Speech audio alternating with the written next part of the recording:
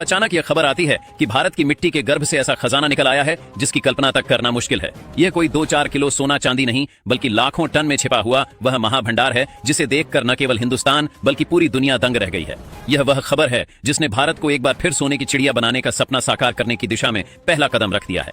जिस देश को कभी अपनी संपन्नता और वैभव के कारण पूरी दुनिया लूटने दौड़ी थी, वही देश अब अपने ही सीने से ऐसा खजाना निकालने की तैयारी कर रहा है जो आने वाले 50 सालों तक खत्म होने वाला नहीं। दोस्तों, यह कहानी सिर्फ खनिज या धातु की नहीं बल्कि उस भाग्य परिवर्तन की है जो एक झटके में भारत को आर्थिक महाशक्ति बना देगा। यह खबर उस मिट्टी की है जिसे आज तक लोग मामूली समझते थे, वह मिट्टी जिसने अचानक यह साबित कर दिया कि उसकी गोद में प्रकृति ने एक ऐसा अनमोल खजाना छिपा रखा है जिसकी बराबरी कोई नहीं कर सकता। जब भूवैज्ञानिकों ने अपने अत्याधुनिक यंत्रों से धरती के गर्भ में झांका तो उनके सेंसरों ने जो संकेत दिए उन्हें देखकर पहले तो किसी को यकीन ही नहीं हुआ।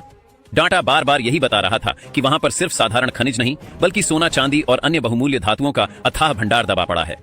वैज्ञानिकों की सांसें थम गईं क्योंकि जिस मात्रा की पुष्टि हो रही थी वह कल्पना से परे थी। उन्होंने कई बार जांच की, अलग अलग मशीनों से डेटा निकाला, सैटेलाइट मैपिंग से लेकर रडार स्कैनिंग तक की गई और अंततः जब सभी रिपोर्टें एक ही सच्चाई पर आकर टिक गईं, तो यह स्पष्ट हो गया कि भारत की मिट्टी के नीचे 7 लाख टन से भी अधिक सोने का खजाना छिपा बैठा है।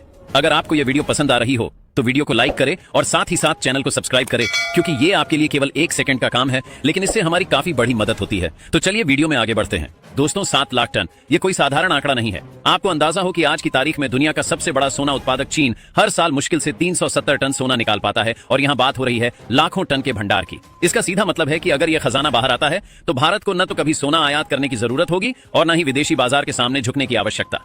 यह खोज सिर्फ एक आर्थिक खबर नहीं बल्कि एक भू राजनीतिक भूकंप है जिसने चीन, अमेरिका और यूरोप जैसे देशों के सपनों को चकनाचूर कर दिया है। क्योंकि अब तक वे ही सोने के बाजार को नियंत्रित कर रहे थे, वे ही तय करते थे कि कीमतें कहां जाएंगी और वे ही समझते थे कि भारत हमेशा ग्राहक रहेगा। लेकिन यह खबर आई और उनके ताज से न सिर्फ पंख झड़ गए बल्कि